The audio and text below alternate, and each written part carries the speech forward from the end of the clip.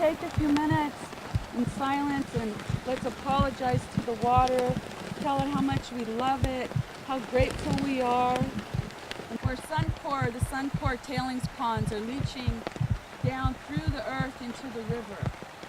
It's the Athabascan River. And there's no way to stop that.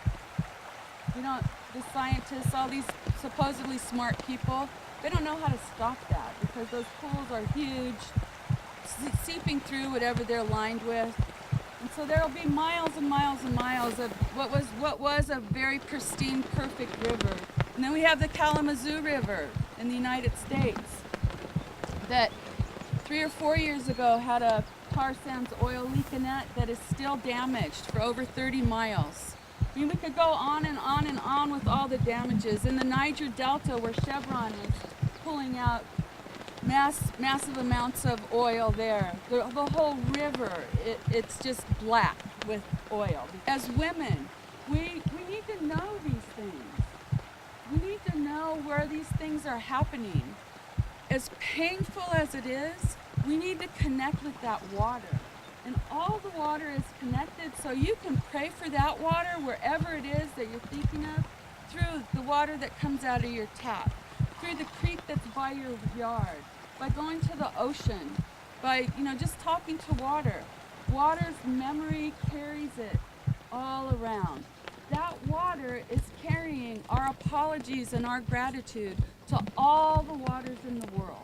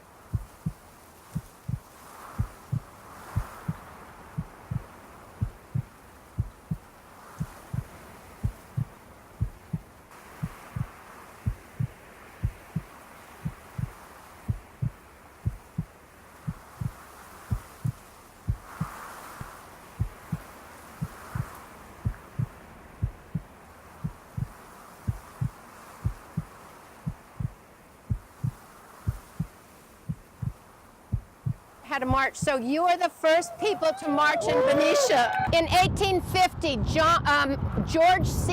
Yount, a general who was part of the pioneers who came out here for the federal government when California was just at the point of statehood, he saw this area for the first time and he said it was paradise.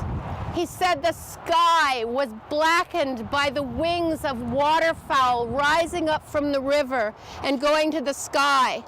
There was deer and elk and every sort of mammal that he could think of, and the river was full of fish, and the native peoples were all pacifically enjoying life on the fringes of the river. What we see now is the largest concentration of petrochemical plants in Northern California.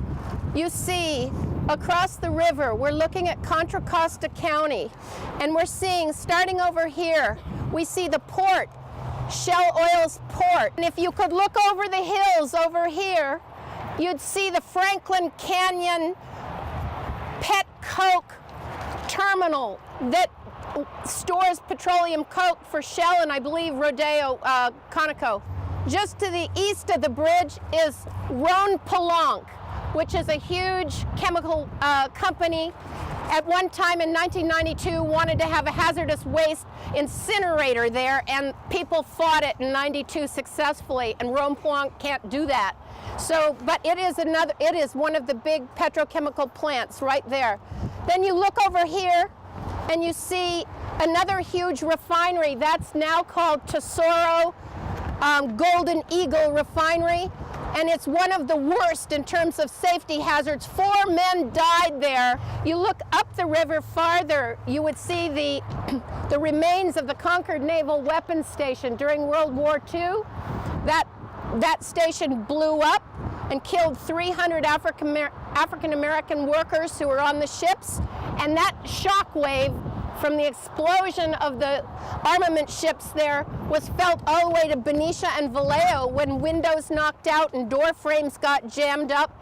And if Shell